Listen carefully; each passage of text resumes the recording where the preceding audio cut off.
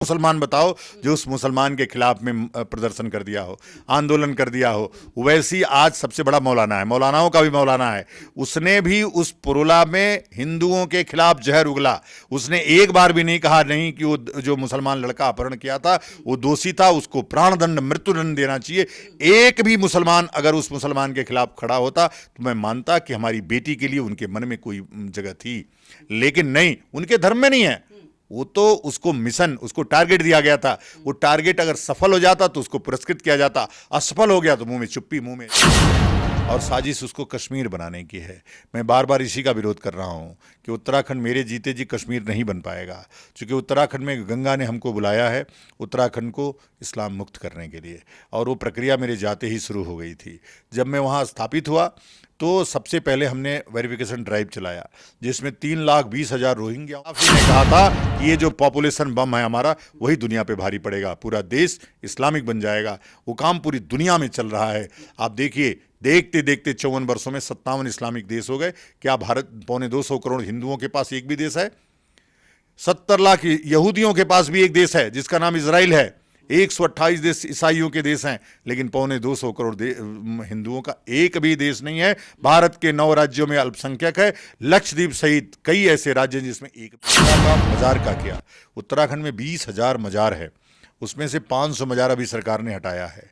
हमने लगभग 6,000 मजार हटाया है, अभी भी 15,000 से ज़्यादा मजार उसमें। तो हम तो तब मानते हैं ना जब सब मुसलमान एकजुट होकर के उसके खिलाफ फतवा निकालते, उसके परिवार के खिलाफ फतवा निकालते और उसको दंडित करने का काम शरिया के हिसाब से ही करते, तो मैं मानता कि वास्तव में वो मुसलमान इस देश का भाईचारा चाहता है और चाहता है कि हम लोग एक साथ रहें।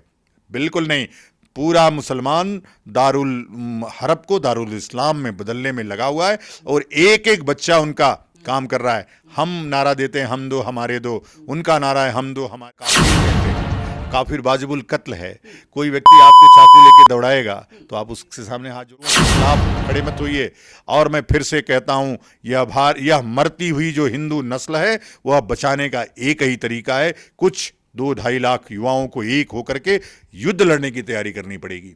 आपको नक्सलियों जैसे संघर्ष किया, हमारे पूर्वजों ने कुरान से संघर्ष किया, हमारे साथ बार बार धोखा किया गया, बार बार छल किया गया, हमारे लोग आपस में बांटा गया, बांट करके एक पक्ष को अपने साथ खड़ा किया गया, फिर उनको भी मार दिया गया। यह धोखा 1400 वर्षों से चल रहा है, इस देश के साथ धोखा चल रहा है। और आप जानते हैं, भारत नहीं भी जब जाता है अमेरिका में तो उसको नंगा कर दिया जाता है, इसलिए कि इस्लामिक व्यक्ति की क्रेडिबिलिटी क्वेश्चनेबल है। पूरी दुनिया में इस्लाम क्वेश्चन प्रश्न उठता है कि अगर इस्लामिक व्यक्ति हो तो सकता है आतंकवादी हो, कुछ ना कुछ लिया हो। तो इस्लाम का जो मजाक इस्लामियों ने बनाया है, इस्लाम धर्मियों ने बनाया है, वही उसको समाप्त। हम फिर भी आवाज न उठाएं, हम फिर भी हिंदू राष्ट्र की बात न करें, हमारे साथ रोज छल होता रहे, हमारी बेटियों का धर्मांतरण होता रहे। ये धर्मांतरण का एक कुछ से आप रोज पकड़े जा रहे हैं। दावत इस्लाम के लोग कभी कुछ 700 इस्लामिक जो संस्थाएं हैं केवल धर्मांतरण के काम में लगी हैं, केवल धर्मांतरण के काम में लगी हैं। आप फिर भी कह रहे हैं हम उनका विरोध न करें, फिर भी भाईचारा निभाएं। हमारी बेटी को उठा लो, फिर भी हम भाईचारा निभाएं। हमारे व्यक्ति का इस नाते कत्ल कर दिया जाए कि वो हिंदू है। अभी आपने देखा दिल्ली में हमारी दलित बेटी का कत्ल कर दिया गया इसलिए कि वो हिंदू थी। तो लगातार हमारी बेटियों का कत्ल होता रहे और हम भाईचारा निभाते रहे, ये कैसे हो सकता है? ये हो नहीं सकता। अब पानी सर से ऊपर निकल गया है, पुरुला में हमने शुरुआत किया है, यह पूरी घटना पूरे भारत में होगी। इसीलिए तो राहुल गांधी कह देते हैं कि देश में मुसलमान सुरक्षित नहीं है। आप अगर ऐसी भाषा बोलेंगे या धर्मगुरु इस तरीके से पाठ पढ़ाएंगे हिंदू धर्म के लोगों को, तो राहुल गांधी अपनी राजनीतिक रोटी क्या सेक रहे हैं? क्या कह देंगे कि मुसलमान सुरक्षित नहीं? मैं सबसे पहले धर्माचार्य हूं, धर्म को बचाना, धर्म का प्रचार, धर्म का प्रसार। मैं राहुल की भाषा नहीं बोल सकता। राहुल को वोट चाहिए, मुझे वोट नहीं चाहिए। राहुल को राजनीति करना है, उनको मुसलमानों का वोट चाहिए। कर्नाटक में मुसलमानों ने सीना चौड़ा करके वोट किया है उनको।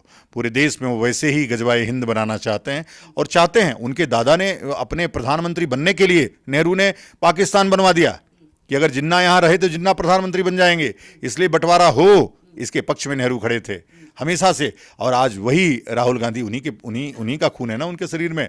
तो राहुल गांधी आंतरिक रूप से इस्लामिक व्यक्ति हैं, इसलिए हिंदुओं की बेटियों की पीड़ा, यदि अभी कोई वो घटना अगर उल्टा हिंदू का व्यक्ति मुसलमान के साथ करता तो राहुल गांधी आज पुरुला में होते।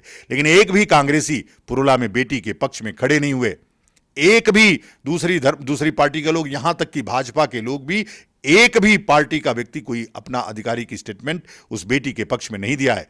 हिंदुओं के पक्ष में कोई खड़ा नहीं है। सबको पता है कि पूरा जो मुसलमान है वो एकजुट है, इसलिए मुसलमानों को पटाओ, उनके साथ खड़े रहो। हिंदू तो साले कभी न कभी किसी न किसी तरह से आ ही जाएंगे, यही सभी सोचते हैं। इसलिए मैं सभी हिंदुओं को आपके चैनल के माध्यम से संदेश देना चाहता हूं कि तुम सब खड़े हो, अपनी सेना बनाओ, अपने इकट्ठे हो और मराठों और पेशवाओं की तरह लड़ो। तब जाकर के यह देश तुम्हारा सुरक्षित रहेगा, संरक्षित रहेगा।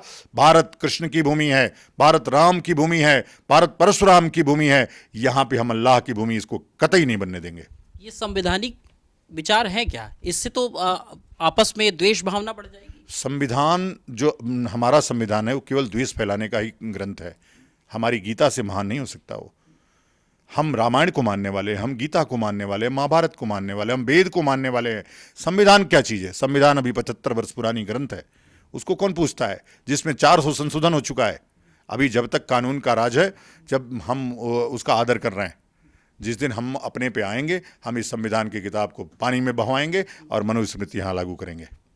जहां जहां भाजपा की सरकार है, आखिर में इस तरीके की चीजें क्यों बढ़ रही हैं? कभी उत्तर प्रदेश में आवाज आ जाती है कि यहां मुसलमान सुरक्षित नहीं है, वहां भी भाजपा की सरकार। कभी बुलडोजर चलने लगता है उत्तराखंड में, वहां भी भाजपा की सरकार। ऐसा क्यों हो रहा है? आप केरला के बारे में क्यों नहीं पूछते कि वहाँ हिंदू क्यों असुरक्षित है?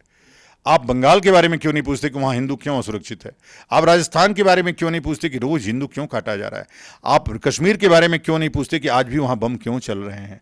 आप अन्य राज्यों में जहाँ भाजपा शासित नहीं है वहाँ हिंदू असुरक्षित है, ऐसा क्यों नहीं कहते हैं? ये बातों को कहते तो मुझे अच्छा लगता। आप हमेशा अल्पसंख्यकों और मुसलमानों के बारे में क्यों पूछते हैं? क्यों उनके पक्ष में खड़े हुए मिलते हैं? मैं सबसे पूछना चाहता हूँ, मीडिया वालों से भी पूछना चाहता हूँ कि कभी तो हिंदुओं के पक्ष में खड़े होइए, कभी तो उनकी आवाज़ बनिए। आप हमेशा मुसलमानों पे अत्याचार हो रहा है ऐसा कहते हैं, ऐसा दिखाते हैं। कभी अत्याचार नहीं होता। मुसलमान जब तक तभी तक वो दिखाता है कि मेरे ऊपर अत्याचार है, जब तक वो इकट्ठा नहीं है।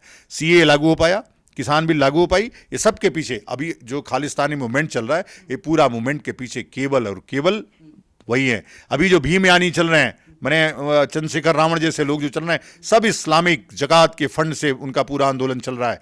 आप अंदर घुसिए,